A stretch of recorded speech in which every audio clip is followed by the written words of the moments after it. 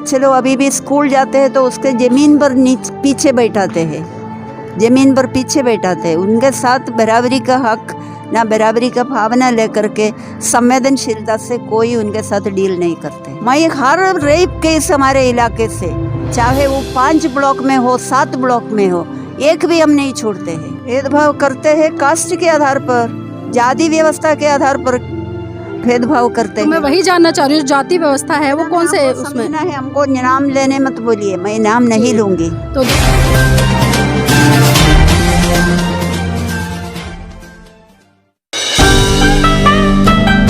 नमस्कार, आप देख रहे हैं एनबी न्यूज़ 24/7 नीलम बोध के साथ। और आज हूँ मैं बिहार की उस पावन धरती पर जहाँ पर कि महाकारुणिक तथागत बुद्ध को ज्ञान की प्राप्ति हुई और उस ज्ञान की प्राप्ति से उन्होंने पूरे विश्व को ज्ञान देने का काम किया। और इसी कड़ी में आज हम पटना में हैं। पटना में एक भव्य कार्यक्रम का आयोजन किया गया और मेरे साथ में है सुधा वर्गीस जी। उन्हीं से जानना चाहूँगी, मैडम आपके जीवन की जो संघर्ष गाथा है, क्योंकि हमने बहुत सारे लोगों से सुनी, आप खासकर महिलाओं के लिए बहुत प्रेरणा का एक स्रोत है। तो जानना चाहूँगी आपके जीवन में ऐसी कौन सी घटनाएं घटी जिनसे सबक लेकर आप आगे बढ़ी और महिलाओं के लिए एक प्रेरणा स्रोत बनी?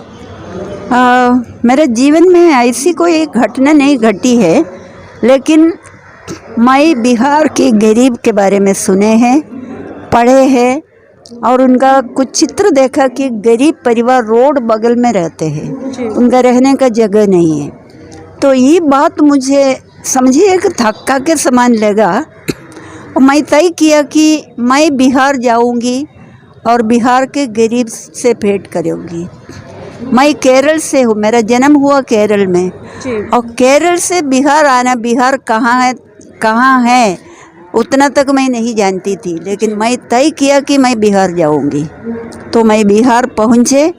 मैम, आपके वहाँ में और यहाँ में कितना फ़र्क है? आर्थिक रूप से, सामाजिक रूप से, राजनीतिक तौर पर और सांस्कृतिक रूप से बहुत फर्क है।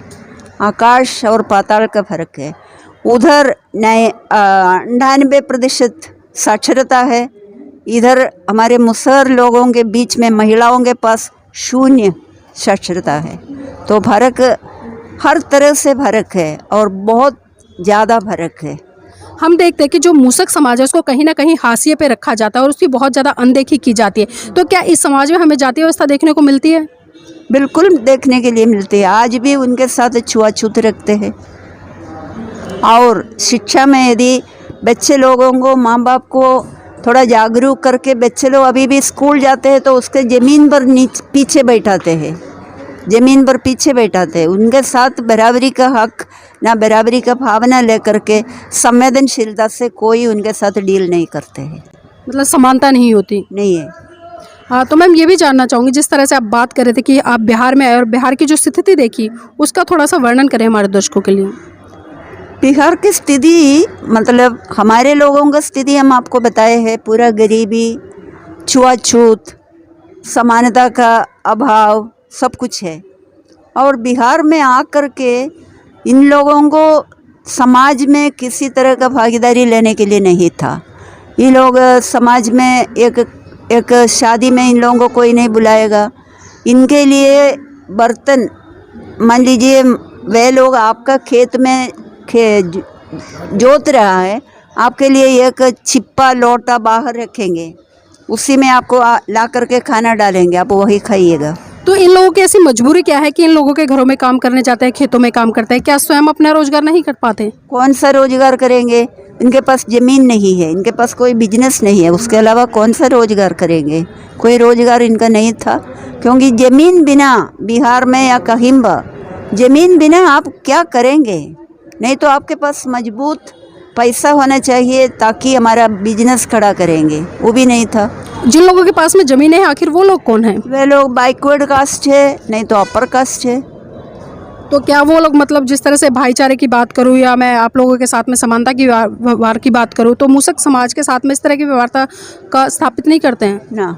आज देखिए स्थिति यही है। रोपनी जब चलेगा हमारी महिलाओं को रोपने नहीं देता है।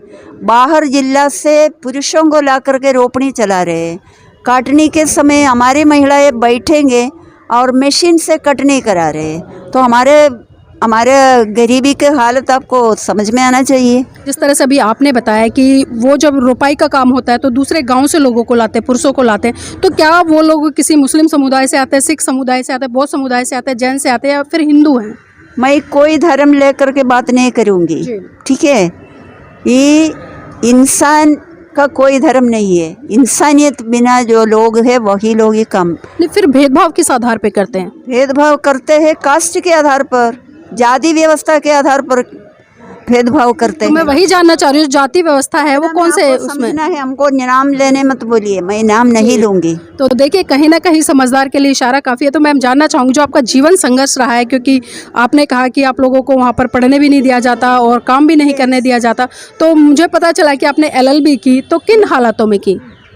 मेरा हालत कुछ अलग था, मुझे जितना पढ़ना चाहते थे मैं अभी भी जाके पढ़ सकते हैं, लेकिन मेरा समाज को उस तरह का सुविधा नहीं है। मैं LLB इसलिए लिया क्योंकि मेरे लोग छोटी छोटी बात ले करके कोर्ट में जाते थे, उनको पता नहीं था कि कोर्ट में क्या तमाशा चलते हैं। मुंशी उसका सारी बातें कंट्रोल करते थे। मुंशी को जाके पैसा दे दो और बैठो, मुंशी 4 बजे के बाद एक चुरकुट लेके आएंगे और बोलेगा यही तुम्हारा डेट है, ये डेट पर तुमको पैसा लेके आना है। मैं देख लिया क्या दिक्कत हो रहा है उनका, तब मैंने वकालत किया ताकि मैं खास रूप से महिलाओं के साथ जो अन्याय, अत्याचार, हिंसा होते हैं उसको लड़ने के लिए, और वही हम किए। जिस तरह से हम देखते हैं समाज में, क्योंकि बहुत सारी घटनाएं अखबार के माध्यम से भी आती है, टीवी के माध्यम से भी आती है, कि कहीं ना कहीं जो जाति के ठेकेदार लोग अपने आप को कहते हैं या जो वर्ण व्यवस्था से अपने आप को उच्च कहते हैं, वो लोग एक दलित, शोषित, पिछड़े समाज पे, जो कि समाज में कहीं ना कहीं निम्न तबके के समझे जाते हैं, उनके साथ में बहुत ज़्यादा भेदभाव करते हैं, उनको अपने घर में नहीं घुसने देते, कुछ चीज़ नहीं छूने देते। लेकिन जब पैसे के लेन देन की बारी आती है तो उसको बड़ी आसानी से ले लेते हैं। ऐसा क्यों? सब कोई पैसा को कुछ अलग आंख से देखते हैं, दिमाग से समझते हैं, तो पैसा उनसे लेने में कोई दिक्कत नहीं है। तब वो पवित्र हो जाता है?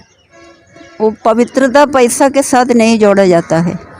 तो मैं एक सवाल और लेना चाहूँगी। जिस तरह से हम देख रहे हैं भारत के माननीय प्रधानमंत्री जी लगातार हिंदू राष्ट्र की बात करें, तो क्या उस हिंदू राष्ट्र में जिस तरह की अभी घटनाएं घट रही हैं आप लोगों के ऊपर, जिस तरह से जो मूसक समाज है उसके ऊपर अत्याचार, शोषण होता है, भेदभाव होता है और बहुत ही अनदेखी की जाती है, क्या हिंदू राष्ट्र में ये सभी लोग खुशहाली से रह पाएंगे?